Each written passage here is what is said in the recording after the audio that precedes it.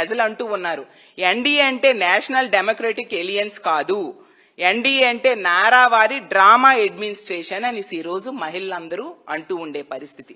ఎందుకంటే ఇప్పుడు ఈ కూటమి పాలనలో ఈ డ్రామా అడ్మినిస్ట్రేషన్ లో కథ, స్క్రీన్ ప్లే, డైరెక్షన్, పాటలు, అలాగే ప్రతిదీ కూడా చంద్రబాబు నాయుడు గారి డైరెక్షన్ లోనే సాగుతూ ఉండే పరిస్థితి. మంత్రులు, ఎమ్మెల్యేలు వీళ్ళందరూ క్యారెక్టర్ ఆర్టిస్టులు మాత్రమే.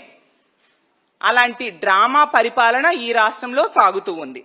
అలాగే ఎంత డ్రామాతో నడిపించుతూ ఉన్నారంటే ఈ కూటమి పాలనలో అసలు ఏ ఒక్క హామీని కూడా ఎన్నికల టైంలో సూపర్ 6లని, సూపర్ 7లని చాలా హామీలు ఇచ్చి ఏ ఒక్క హామీ కూడా సరిగ్గా అమలు చేయకుండా అన్నీ చేసేసానని గొప్పలు చెప్పుకుంటూ ఉన్నారంటే, అలా చేయని దాన్ని చేశాను అని చెప్పుకొని అలా డ్రామా ఆడడం ఒక్క చంద్రబాబు నాయుడు గారికే చెల్లిందని తెలియజేస్తూ ఉన్నాను. ఈ రోజు తీసుకుంటే మహిళలకి ఆడబిడ్డ నిధి ఎగ్గొట్టడం జరిగింది, సున్నా వడ్డీ ఎగ్గొట్టడం జరిగింది, 10 లక్షల వరకు రుణాలకి వడ్డీ లేని రుణాలు ఇస్తానని చెప్పి అది కూడా ఎగ్గొట్టడం జరిగింది. అలాగే తీసుకుంటే నిరుద్యోగ భృతిని ఎగ్గొట్టడం జరిగింది.